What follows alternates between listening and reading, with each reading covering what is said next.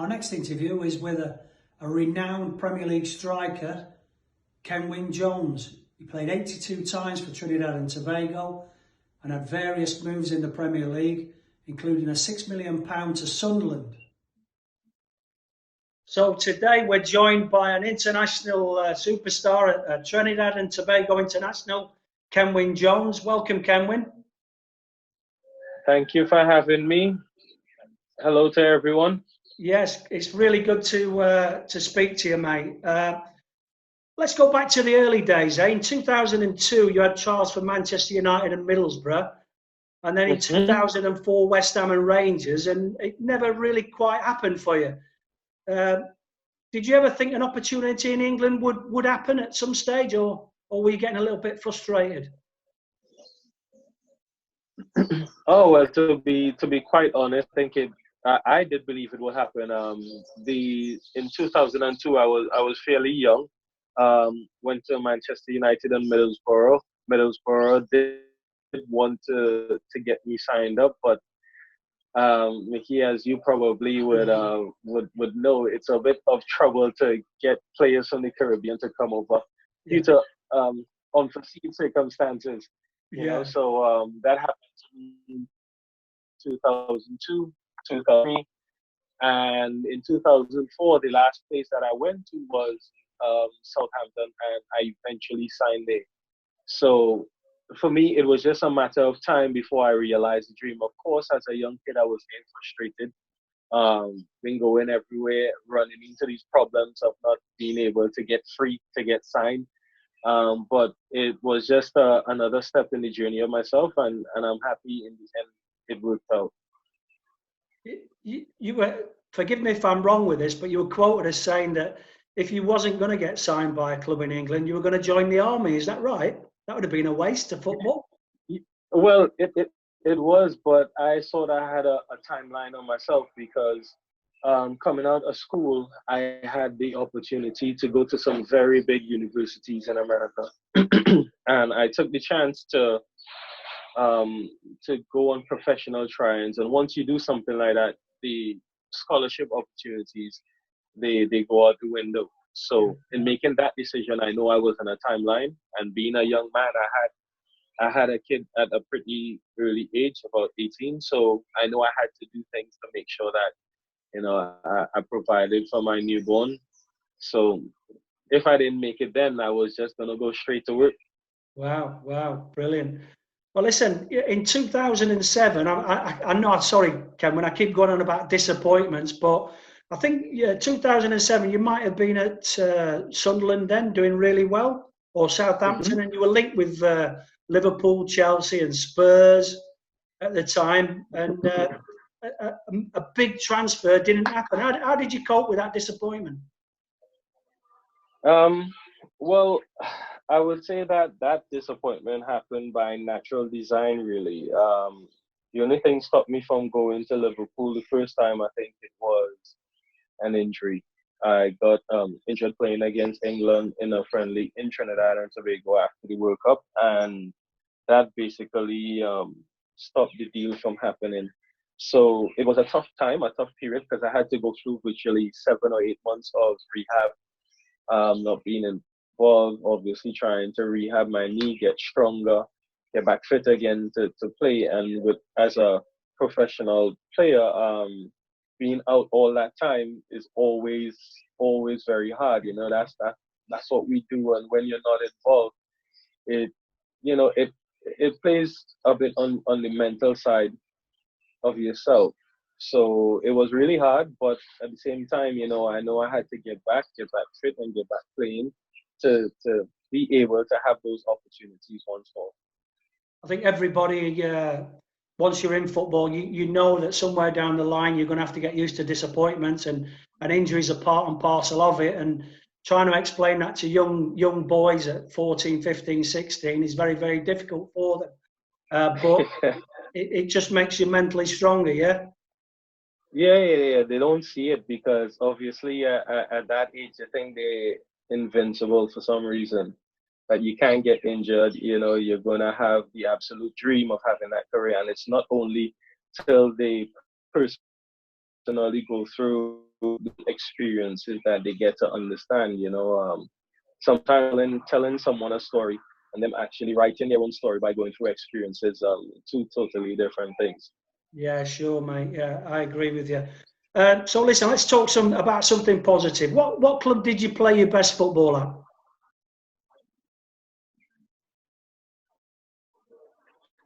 Oh, it's tough to say. Each club I've been at, for some unfortunate reason, went through a shaky period of managers. Southampton, I first started off with Paul Sturrock, and then he got sacked, went to Sheffield Wednesday. I had a little long period with him. Then I got Harry Redknapp, and he left. Then I got George Burley, Wow. and then I left. And then I got Roy Keane, Ricky Frazier, Steve Bruce. Then I left Sunderland. So many different managers, in over my career. But I think there were always periods where things for the club itself was going pretty well. I think I had a decent time at Cardiff with Solskjaer in the mix. Sunderland with most of it with Roy Keane, Southampton a lot with George Burley. It was different points of my career, So to say that I got the best at one specific place, I'd be wrong. I think I got the best at specific clubs at different times because most of the clubs I spent at least 3 years at. Yeah. So it was a really good period for me because I think I more look at my career holistically than individual stations more or less. Well, listen, you've talked about a lot of top managers there. You obviously didn't include me in that, Kenwyne, because I would have loved the opportunity to have. I didn't get to play for you, I'm sorry. So, which manager out of all of those would you say got the best out of you? And what strategy did he use? Did he not talk to you? Did he work you hard? Did he put his arm around you? Which one got the best out of you? Oh wow! I think I'll have to put two of them up there. I'll put George Burley up there, and I'll put Roy Keane up there for specific reasons. I think because they allowed me to be myself and gave me the confidence to go and do what I had to do. A lot of different managers after that, I think I had a lot of restrictions placed on how football should be played. Yeah. I think football is a game of inspiration, a game of creativity, a game of instinct. And sometimes you tend to get in situations where things are a bit more scripted. Yes, we know we have to do tactics and all of that, but at the same time, the joy of football, I think, comes from a person's or an individual's creativity and instinct, more or less. I think that's a Caribbean way of saying you like the freedom to play and to express yourself and to to feel relaxed when you're on the pitch. I mean, over time, obviously, when you're young, you're gonna do things that you're not supposed to do. I think when you get older, you come into the way that the game is supposed to be playing, but taking away what makes you the individual, the reason why a manager, likes you or brings you into the team, taking that away, I think it takes away from the player, yes, and it also takes away from what you can bring. There's a reason why people scout all over the world for players because they're looking for something not better, but something different. Different, yeah. Because as we know, everyone has the technology. We're gonna sit and we're gonna analyze the team, come up with tactics, how to play. So it's just about the quality on the day, more disciplined you are in defensive. Then the attacking bit is more or less left up to scratch, So hopefully you can leave the chickens to scratch as best as they do and come up with results. Yeah, I agree, mate. Listen, 2011 FA Cup final, a big high, but a big disappointment, I guess, as well, because Stoke lost in the cup final against Manchester City. Yeah. Do you remember much about the day? I remember everything about the day. I would like to go from the semi-final. Though from the semi-final, we obviously had a problem because yes, we won the game 5-0, but externally in the hotel and the training field, I think we got drug tested between the semi-final and final.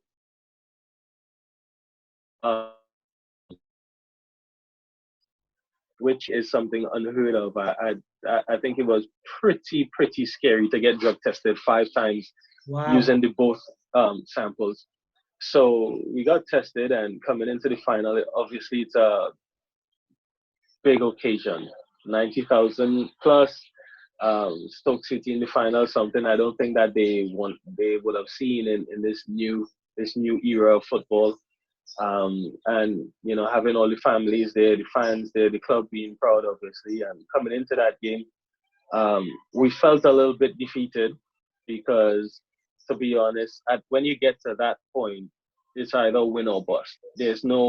I don't think there's room for caution in a final like that. So I think some of the players kind of felt aggrieved because the manager kind of changed up the squad. And we didn't go into the game with the confidence we had from the semi-final. So it got back to us feeling like a regular league game, let's hope. Try and be disciplined and let's hope. But like I said, anything can happen in the final, and you can't afford to be too apprehensive of how you're going to play. Chances few and far between because we're playing against Man City, and the way we set up as well was just to try and soak pressure and maybe hit them on the counter. But when you're playing against the skill level and the purse that Man City was at that time, even though they were now coming into their prowess, it was pretty difficult. And the chances that we had were basically, I would like to say, not even half chances. Yeah. It was half of a half chance, more or less. So we kind of, to me, we just showed up. We participated in the final, but we didn't go out there to actually win, which was a little bit more disappointing more than anything else. For myself personally, it was an achievement. I got to play final, obviously, of the FA Cup, and also to play in Wembley again, something that my dad always wanted to do for himself because he used to play football, but I got to do it, and he was there to see. So, brilliant. That was an amazing moment for myself. So that from a major disappointment to playing for Trinidad and Tobago, highlight of your career? My entire career, I would say. We went to the World Cup in 2006. I was 21 years old, first and only time in our history. So it has been a fantastic journey for myself. Coming from where I come from, on average, our population is 1.5 million people.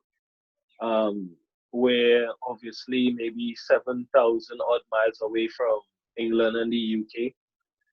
So it's only part of a dream to be able to play professional football at that level, for any young kid, and being able to do that both on the professional club arena and also represent my country for 15 years.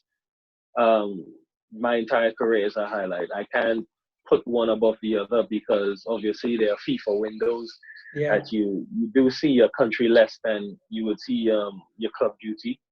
So I have to put both of them up there in my life and in terms of meaning. So I don't really want to choose because it's all so different. It's different when you play for your club and it's different when you play for your country. There's a different sort of pride, So I'm not saying anyone is less than the other, but it's just a different atmosphere, everything. So, I have to hold them both in high esteem.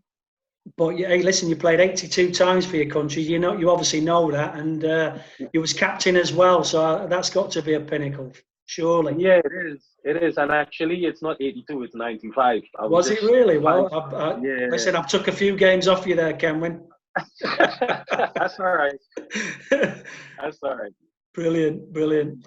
Well, listen, I want to thank you for your time. Have you got any tips or any advice that you could give to to future stars. We've got boys at our school from 11 years old to 19, and they obviously all want to be professional footballers.